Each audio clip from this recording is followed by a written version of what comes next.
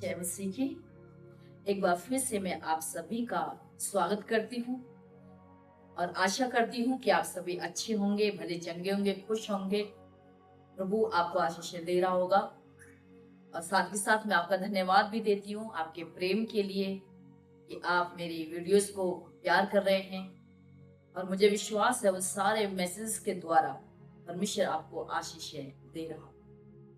आइए आज हम फिर से परमेश्वर के वचन से कुछ नई बातें सीखेंगे और यदि आपके पास बाइबल है तो आप मेरे साथ खोल लीजिए मीका नबी की पुस्तक और उसका 6 अध्याय और उसका 8वां पद। यहाँ इस प्रकार से लिखा है, मैं आपके लिए पढ़ूंगी। हे मनुष्य, वह तुझे बता चुका है कि अच्छा क्या है और यहोवा तुझसे इसे छोड़ और क्या चाहता है कि तू न्याय से काम करे, कृपा से प्रीति रखे और अपने परमेश्वर के साथ नम्रता से चले। हालेलुया। बड़ा ही सुंदर आज का वचन है और जो मीका जो नबी है वो बड़े ही सुंदर तरीके से परमेश्वर की उन बातों को जो परमेश्वर हमसे चाहता है, जो मनुष्य से चाहता है, वो बताता है। क्योंकि मूसा एक ऐसा भविष्यवक्ता था जिसने प्रभु यीशु मसीह के जन्म के विषय में बताया कि उसका जन्म कहाँ होगा, कौन से स्थान में होगा। वो सारी बातें मीका नबी ने बताई अपने इस वचन में और वही परमेश्वर से प्रेरित होकर, परमेश्वर की सामर्थ्य से परिपूर्ण होकर के उसकी इच्छा के अनुसार आज हमको कुछ बताना चाहता है। और आज वो हमको बताना चाहता है कि परमेश्वर की इच्छा क्या है, परमेश्वर मनुष्य से क्या चाहता है। और 3 बातें आज वो हमको बताना चाहता है और वो कहता है कि यहोवा तुझसे इसे छोड़ और क्या चाहता है। पहली बात, तू न्याय से काम करे, कृपा से प्रीति रखे और अपने परमेश्वर के साथ नम्रता से चले। हालेलुया। आज हम देखते हैं इस संसार में अन्याय बढ़ता ही चला जा रहा है। मनुष्यों के बीच में, मनुष्यों के जीवन में, उनके कार्य में न्याय रह ही नहीं गया है। हम न्याय करते ही नहीं हैं और हम न्याय की बात करते हैं। परमेश्वर का जो वचन है वो सत्य है, वो दोधारी तलवार है, वो दोनों को काटता है, बताने वाले को भी काटता है और सुनने वाले को भी काटता है। आज जो परमेश्वर वचन है वो मुझे और आपको आज कुछ बताना चाहता है कि हम कैसे न्याय करें। और आज का जो हमारा विषय वो यही है कि क्या हम सही न्याय कर रहे हैं। परमेश्वर ने मनुष्य को इस संसार में एक अलग अलग जिम्मेदारियां दी हैं, अलग अलग रिस्पॉन्सिबिलिटीज दी हैं, उनको अलग अलग अधिकार दिए हैं। परमेश्वर ने नियुक्ति दी है, नियुक्त करके बिठाया है और उनको अधिकार दिया है कि तुम क्या करो, लोगों का न्याय करो। राजा को जिस प्रकार से पूरी प्रजा को न्याय करने का अधिकार होता है, तो राजा के लिए हर प्रजा उसकी समान होती है, चाहे वो गरीब हो, अमीर हो, पढ़ा लिखा हो, अनपढ़ हो, चाहे वो कहते हैं कि सुंदर हो, बदसूरत हो, चाहे वो कैसा भी क्यों ना हो, वो उसको न्याय एक समान करना होता है। वैसे ही हम जो मनुष्य हैं, हम भी हैं और हमको परमेश्वर अधिकार दिया है कि हम क्या करें, हम न्याय करें, लेकिन परमेश्वर की इच्छा के अनुसार और न्याय से कार्य करें। यदि आज मुझे और आपको कुछ ऐसा अधिकार मिला है, यदि मुझे ऐसी कोई नियुक्ति मिली, यदि आज मैं कुछ न्याय मेरे हाथ में है करने के लिए, तो मैं न्याय से कार्य करूं। और यदि मैं नहीं कर रहा हूं तो आज हम सीखेंगे कि परमेश्वर हमसे क्या चाहता है। क्या सचमुच में हम सच्चा न्याय कर रहे हैं? चलिए कुछ बातों को मैं आपके सामने रखना चाहूंगी इस विषय को लेते हुए। पहली बात, यदि आपको परमेश्वर ये अधिकार दिया, यदि आपको ठहराया, यदि ये मौका दिया है कि आप किसी का न्याय कर सकें, तो सबसे पहली बात जो आपको न्याय करना है वो बाहरी रूप को देखकर नहीं, परंतु अंदर के उसके हृदय को देखकर न्याय करें। बाहरी रूप को देखकर न्याय मत करो। क्योंकि यदि हम देखें, कई बार हम समझते अरे ये व्यक्ति अच्छा, बहुत अच्छा है, देखने में सुंदर है, लंबा चौड़ा है और क्या कहते हैं हंसमुख दिखाई दे रहा है और अच्छा इसकी पीछे बैकग्राउंड भी बहुत अच्छा है, अच्छे बैकग्राउंड से आता है, अच्छे फैमिली से अच्छा आता है, क्यों ना हम इसको एक अच्छा अधिकारी बना दे, या क्यों ना हम इसको अच्छा एक जिम्मेदारी दे दे, क्यों ना हम इसको अपने बगल में बिठाएं। हम उसके रूप को देखते हैं। परमेश्वर का जो वचन है वो हमें 2 कुरिन्थियों 5:7 में कहता है कि हम रूप को देखकर नहीं परंतु विश्वास से चलते हैं। हम रूप को ना देखें परंतु कैसे देखें? उसके विश्वास को। हम क्या करते हैं? हम अपने विश्वास को देखें कि सचमुच में जो मैं विश्वास कर रहा हूँ उसके बाहरी डील डॉल पर, क्या सचमुच में ये उस लायक है भी या नहीं। क्योंकि यदि हम देखें 1 शमूएल और उसका 16 अध्याय, जब हम देखते हैं परमेश्वर के वचन में 1 शमूएल 16 अध्याय और उसके 7वां वचन, यहाँ पर परमेश्वर का वचन कहता है, परंतु यहोवा ने शमूएल से कहा, ना तो उसके रूप पर दृष्टि कर और ना उसके कद की ऊंचाई पर, क्योंकि मैंने उसे अयोग्य जाना है। क्योंकि यहोवा का देखना मनुष्य का सा नहीं, मनुष्य तो बाहर का रूप देखता है परंतु यहोवा की दृष्टि मन पर रहती है। यहाँ पर जो एक घटना है, यहाँ पर परमेश्वर ने कहते शमूएल के द्वारा क्या किया है, उसको बताया है कि जाकर के यिशै के जो पुत्र है उनमें से एक को मैंने चुना है कि वो राजा बने और तू जाकर उसका अभिषेक कर। और वहां पर जो यिशै का जो एक पुत्र है और वो उसको पास आता है, उसने उसके एक पुत्र को एलियाब को देखा और उसको देखा, उसके ऊपर दृष्टि की, उसको देखा कि ये तो क्या है, ये अच्छा है, मतलब उसकी हाइट बहुत अच्छी है, दिखने में सुंदर है, लंबा चौड़ा ढील डॉल बहुत बढ़िया है, सचमुच में बाहरी रूप से ये लग रहा है कि हाँ ये राजा बनने के योग्य है। और परमेश्वर से जब पूछता कि क्या ये वो है, ये है, शायद यही हो सकता है परमेश्वर।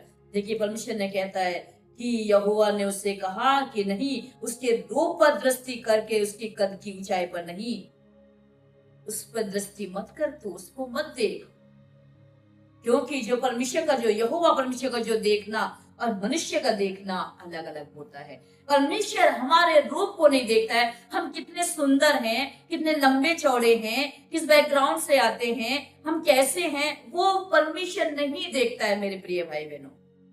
वो सिर्फ हमारे हृदय को देखता है, हमारा हृदय कैसा है, सचमुच हमारा हृदय बलवंत है या नहीं है, स्ट्रांग है या नहीं है, सचमुच में हम परमेश्वर विश्वास करते हैं या नहीं है, सचमुच में हम उसके भय में चलते हैं या नहीं है, ये वो परमेश्वर देख रहा है। और वही बात वो आज मुझसे और आपसे बताना चाहता है कि यदि आपको कोई अधिकार दिया है, यदि आपको न्याय करने का मौका मिला है, तो आप किसी भी मनुष्य के रूप पर मत जाइए, उसके डील डॉल पर मत जाइए, उसके हृदय को देखिए, उसकी काबिलियत को देखिए, उसकी क्वालिटी को देखिए कि आखिर उसके अंदर कुछ खूबी है या नहीं है, उसके अंदर कोई टैलेंट है या नहीं है। बेशक चाहे वो छोटा ही हो, हाइट कोई मैटर नहीं करती है जब परमेश्वर हमसे कार्य कराना चाहता है। तो इसलिए जब परमेश्वर ने हमें यदि ये मौका दिया है तो हम क्या करें, मतलब किसी भी तरीके से बाहरी रूप को देखकर न्याय ना करें, परंतु मनुष्य के हार्ट को देखें, उसके हृदय को देखें, क्योंकि परमेश्वर हृदय को देखने वाला प्रभु है। क्योंकि यदि मैं पढ़ूं आपके लिए एक वचन और मैं पढ़ना चाहूंगी, नीति वचन उसका 21वां अध्याय उसके 2 पद, यहाँ पे लिखा है, क्योंकि मनुष्य का सारा चाल चलन अपनी दृष्टि में तो ठीक होता है परंतु यहोवा मन को जांचता है। हालेलुया। हाँ, हो सकता है कि लोग कई बार हमारे सामने आकर के ढोंग रचाए, हमारे सामने आकर के आंसू बहाए, हमारे सामने आकर के वो बड़ा ही अच्छा भला होने का नाटक करें, लेकिन हमें मन को जानना है, क्योंकि परमेश्वर हमारा मन को देखता है। परमेश्वर वचन कहता है आत्माओं को परखो, इसलिए हमें आत्माओं को परखना है कि सचमुच में मैं इस व्यक्ति के साथ जो सामने मेरे पास है, मैं सचमुच में इसके साथ न्याय कर रहा हूँ या नहीं। यदि ऐसा नहीं है तो फिर हमें अपने जीवन को देखने की जरूरत है, क्योंकि हम सोचते हैं कई बार कि हम अपनी दृष्टि में जो कर रहे हैं वो बहुत अच्छा है, ये अच्छा है, मैं बहुत अच्छा कर रहा हूँ, लेकिन क्या सचमुच में परमेश्वर की दृष्टि में वो अच्छा है जो आज हम कर रहे हैं, या जो न्याय आज हम अपने लोगों के साथ कर रहे हैं, अपनी प्रजा के साथ कर रहे हैं, अपने संगी साथी के साथ कर रहे हैं, अपने दोस्तों के साथ कर रहे हैं, अपने परिवार के मेंबर्स के साथ कर रहे हैं, आज हमारा न्याय कैसा है, ये हमें जांचने की जरूरत है, देखने की जरूरत है। दूसरी बात, यदि परमेश्वर सचमुच में आपको ऐसा मौका देता है, सचमुच परमेश्वर ने आपको ऐसा मौका दिया है, अधिकार दिया है कि आप किसी के प्रति न्याय कर सकते हैं, किसी के लिए कुछ कर सकते हैं, तो दूसरी बात को मैं बताना चाहूंगी वो ये है कि हमें न्याय करते समय पक्षपात नहीं करना है। न्याय करते समय पक्षपात ना करें। परमेश्वर को पक्षपात पसंद नहीं। क्या परमेश्वर पक्षपात करता है? क्या परमेश्वर उन मनुष्यों के ऊपर जो उसको सुबह शाम गालियां देते हैं, जो उसको रोज तड़के उठ कर भोर को उसको गलत तरीके से बोलना शुरू करते हैं, क्या वो लोग जो मानते ही नहीं है कि ईश्वर है, क्या परमेश्वर उनके ऊपर अंधेरा रखता है? क्या परमेश्वर उनके ऊपर रोशनी नहीं चमकाता? क्या परमेश्वर उनको सांसें नहीं देता है? क्या परमेश्वर उनके ऊपर क्या बारिश नहीं बरसाता है? क्या परमेश्वर उन्हें खिलाता नहीं है, पिलाता नहीं है? क्या परमेश्वर के साथ कार्य नहीं करता? जी हाँ, वो सब कुछ करता है, क्योंकि हमारा परमेश्वर पक्षपात करने वाला परमेश्वर नहीं है। इसलिए हम मनुष्य हैं और परमेश्वर ने हमें, मुझे और आपको परमेश्वर सा बनाया। उसने, परमेश्वर वचन साफ कहता है कि उसने मुझे और आपको, मैंने तुम्हें परमेश्वर सा किया है। क्योंकि यदि हम देखते उत्पत्ति की पुस्तक में, वहां पर परमेश्वर वचन 2:26 में लिखा है कि परमेश्वर ने हमें, मनुष्य को अपने रूप में, स्वरूप में, अपनी समानता में बनाया। हम परमेश्वर के जैसे हैं। तो जब वो पक्षपात नहीं करता तो हम क्यों पक्षपात करें? आइए कुछ पदों को मैं चाहूंगी कि आपके सामने पढ़ूं। आप मेरे साथ निकाल दीजिए व्यवस्था विवरण और उसका 1 अध्याय, व्यवस्था विवरण और उसका 1 अध्याय और उसके 17वें पद में। यहाँ इस प्रकार से परमेश्वर का वचन कहता है, न्याय करते समय किसी का पक्ष नहीं करना, जैसे बड़े की वैसे ही छोटे मनुष्य की भी सुनना। किसी का मुंह देखकर ना डरना, क्योंकि न्याय परमेश्वर का काम है। और जो मुकदमा तुम्हारे लिए कठिन हो वह मेरे पास ले आना, मैं उसे सुनूंगा। हालेलुया। देखिए कितना सुंदर परमेश्वर का वचन है। हम मनुष्य जो है वो क्या करते हैं? बड़े बड़े लोगों की तो सुनते हैं, जिनके पास अधिकार है, जो लड़ सकते हैं, जो बोल सकते हैं, जो अपने हक के लिए खड़े हो सकते हैं, हम उनकी सुन लेते हैं। लेकिन जो छोटे लोग हैं, जो शायद बोल नहीं पाते, शायद वो सोचते होंगे कि मैं बड़े अधिकारी के सामने कैसे बोलूंगा, जो वो सोचते होंगे मैं अपने राजा के सामने कैसे मुंह खोलूंगा, जो सोचते होंगे कि मैं अपने अपने अपने अपने अधिकारी के सामने कैसे मुंह खोलूंगा। लेकिन परमेश्वर का वचन कहता है कि तू क्या करना, जैसे तू बड़ों की सुन रहा है वैसे ही तू छोटों की भी सुनना। और यदि तेरे बस की बात नहीं है, यदि तुझे समझ में नहीं आ रहा है कि क्या निर्णय लेना है, तो उस मुकदमे को, उस बात को मेरे पास लेकर आ। अतः प्रार्थना के द्वारा मुझे बता, मुझसे मांग, मैं उसको क्या करूंगा? उसको सॉल्व करूंगा, उसका मैं संशोधन निकालूंगा, उसका रास्ता निकालूंगा। तो जब हमें ये अधिकार मिले, यदि आप में से किसी भी अधिकार मिला है या मिले, तो आप कभी भी किसी भी तरीके से पक्षपात ना करें, क्योंकि परमेश्वर को पक्षपात पसंद नहीं है।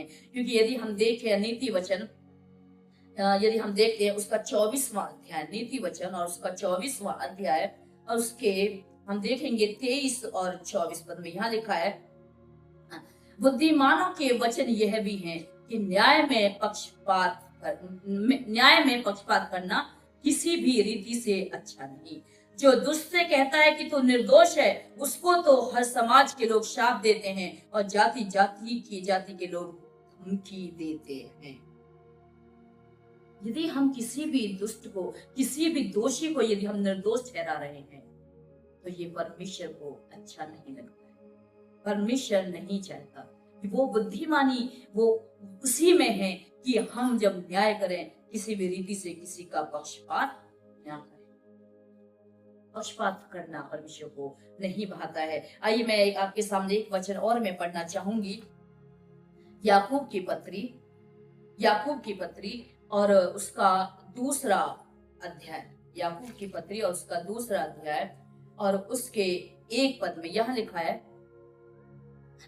हे मेरे भाइयों, हमारे महिमा में युक्त पर प्रभु यीशु मसीह पर तुम्हारा विश्वास पक्षपात का ना हो। ऐसा ना हो पक्षपात। सचमुच में हमें अपने जीवन को देखने की जरूरत है। हम कभी भी किसी को जब न्याय देते हैं, हम किसी की जब बातें सुनते हैं, हम सभी की सुने, ये नहीं है कि कोई बड़ा व्यक्ति आ गया प्रार्थना कराने के लिए तो हम खड़े हो गए प्रार्थना करने के लिए, हम कहते हैं उससे उसके साथ 2-2 घंटा 4-4 घंटा उसके वचन पढ़ेंगे, तो प्रार्थना करेंगे, और एक छोटा व्यक्ति लाइन लगा खड़ा हुआ है, हम प्रार्थना ही नहीं करेंगे। नहीं, परमेश्वर हर एक से समान प्रेम करता है, एक जैसा प्रेम करता है, इसलिए वो चाहता है कि हम क्या करें, किसी का पक्षपात ना करें, परंतु अपने परमेश्वर के जैसे बनना है, क्योंकि यीशु भी किसी का पक्षपात नहीं करता, वो कभी किसी का पक्षपात नहीं करता। तो हम कौन है? क्या हम परमेश्वर से बड़े हैं? और यदि हम इस प्रकार का कार्य कर रहे हैं, यदि हम पक्षपात कर रहे हैं, इसका मतलब यह है कि हमने अपने आप को परमेश्वर से बड़ा बना रखा है, या हम अपने आप को समझते हैं कि हम उस परमेश्वर से बड़े। नहीं, हम उस परमेश्वर से बड़े नहीं हैं। यदि ये गलतियां हम कर रहे हैं तो हमें अपने जीवनों को सुधारने की आवश्यकता है। एक वचन और मैं चाहूंगी मैं आपके लिए पढ़ूं, रोमियो की पत्री, रोमियो की पत्री और उसका 2 अध्याय उसका 4वां पद। यहाँ परमेश्वर का वचन इस प्रकार से कहता है, क्योंकि परमेश्वर किसी का पक्षपात नहीं करता, क्योंकि परमेश्वर किसी का पक्षपात नहीं करता। मेरे प्रिय भाई बहनों, हमें भी किसी का पक्षपात नहीं करना है, परंतु हमें बिना किसी पक्षपात के न्याय करना है, और हमें सुनना है कि हम सामने वाला व्यक्ति हमसे क्या कहना चाहता है। तीसरी और आखिरी बात मैं बताना चाहूंगी कि जब यदि हम न्याय करें तो हम सत्य के आधार पर करें, झूठ के आधार पर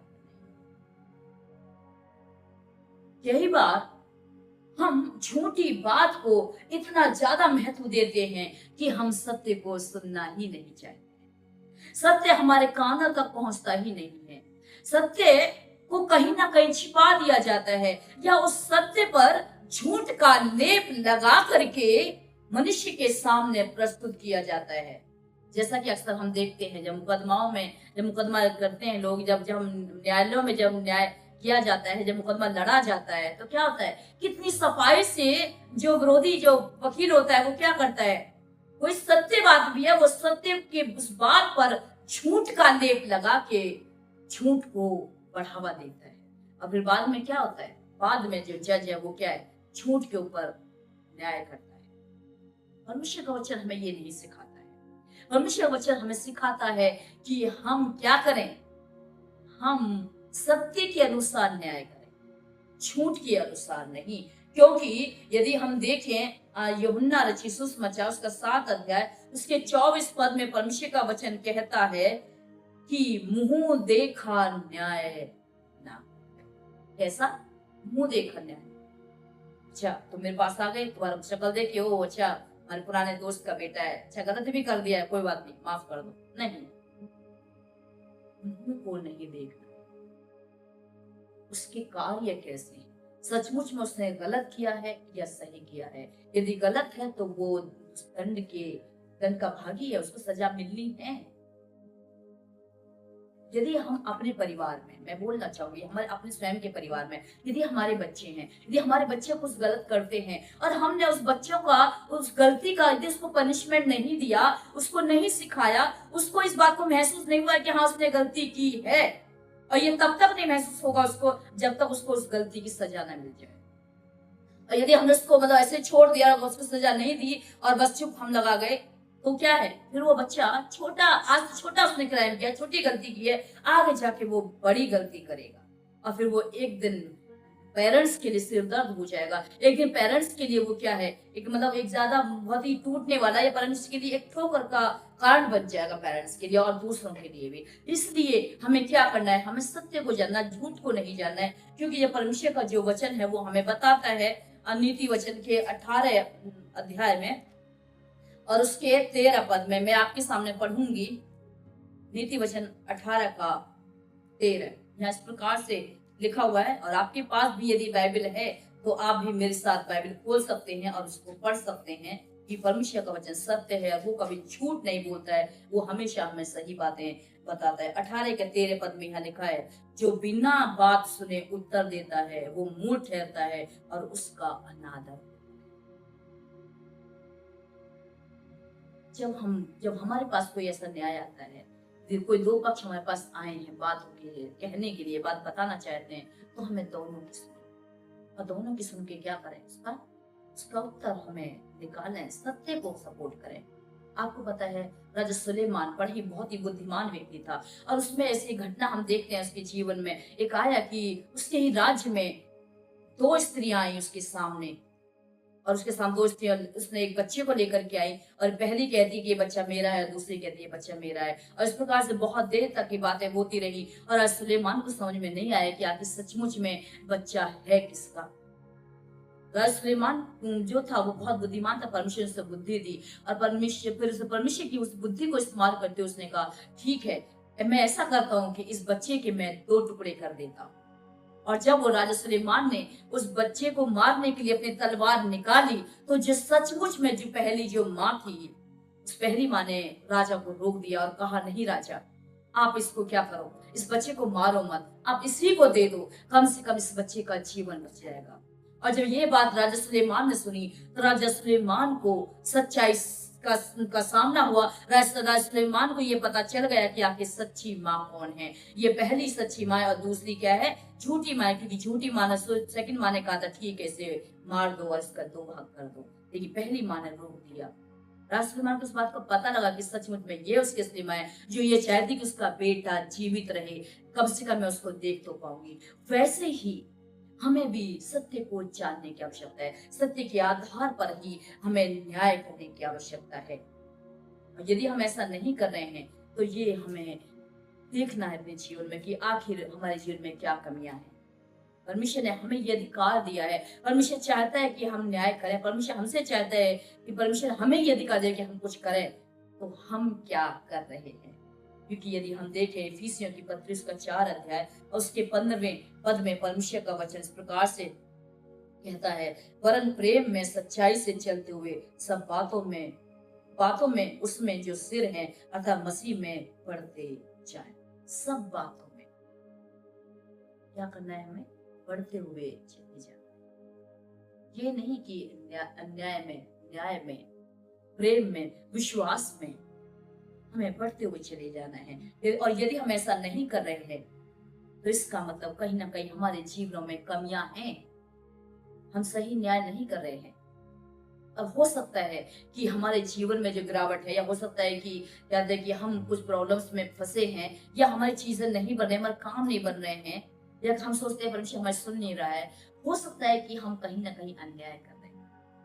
हो सकता है कि जिनको हमें सच्चा न्याय देना चाहिए, जो लोग हम पे भरोसा कर रहे हैं, हम उनके भरोसे पर खरे ना उतर रहे हैं। ये हमें देखना है कि आज हम क्या कर रहे हैं। आखिरी वचन और मैं पढ़ना चाहूंगी आपके लिए, यूहन्ना रचित सुसमाचार और उसका 8 अध्याय और उसका 31 और 32वां पद मैं आपके सामने पढ़ूंगी। परमेश्वर वचन इस प्रकार से कहता है, तब यीशु ने उन यहूदियों से जिन्होंने उस पर विश्वास किया था कहा, यदि तुम मेरे वचन में बने रहोगे तो सचमुच मेरे चेले ठहरोगे, और तुम सत्य को जानोगे और सत्य तुम्हें स्वतंत्र करेगा। जो हम सत्य को जानते हैं, यदि हमने सत्य को जान लिया, सच्ची बात को जान लिया, तो हम सच्चे न्याय कर पाएंगे। ठीक वैसे ही यदि सत्य हमने प्रभु यीशु मसीह जो सत्य है उसको जान लिया, तो परमेश्वर हमें ऑटोमेटिक बुद्धि देगा और हम सच्ची दूसरों का न्याय सच्चाई से करेंगे। मेरे प्रिय भाई बहनों, यदि आज आपके साथ ऐसी कोई बात है, यदि आज सचमुच में आपको न्याय नहीं मिल रहा है, तो परमेश्वर से प्रार्थना करें कि परमेश्वर हमारे अधिकारियों के हृदय को बदले। और यदि सचमुच में यदि आप एक अधिकारी हैं, या सचमुच में यदि आप परमेश्वर ने आपको ये अधिकार दिया है कि आप दूसरों के लिए न्याय कर सके, आपको न्याय ठहराया है, या आप दूसरों के लिए कुछ कर सकते हैं, तो आप सत्य के अनुसार न्याय करें। आप बाहरी रूप को देखकर न्याय न करें, आप पक्षपात न करें न्याय में, परंतु सत्य को खोजें और सच्चाई को जाने और उसका न्याय करें। तब देखिए कि किस प्रकार से परमेश्वर अपनी आशीष आप पर उड़ेगा और आपके सारे कार्य बनते चले जाएंगे, और परमेश्वर आपको उठाता हुआ चले जाएगा और आपकी सारी प्रार्थनाएं सुनी जाएंगी। तो परमेश्वर इस वचन के द्वारा आप सभी को आशीष दे। यदि आपको ये वीडियो अच्छी लगी है, तो आप अपने दोस्तों को, अपने रिश्तेदारों को भी शेयर करें, ताकि वो भी इस वचन के द्वारा आशीष पाए। और यदि आपके पास कोई भी प्रार्थना रिक्वेस्ट है, या कोई आप कमेंट आप करना चाहते हैं, कोई सजेशन है, तो आप नीचे इस कमेंट में आप लिख सकते हैं। अब हम आपके लिए प्रार्थना करेंगे और आपके उस कमेंट पर हम ध्यान करेंगे। परमेश्वर आप सभी को आशीष दे। आइए प्रार्थना। हमारे जीवते अनुग्रहकारी दयालु पिता परमेश्वर, आपका धन्यवाद हो, आपने हमें संभाला प्रभु।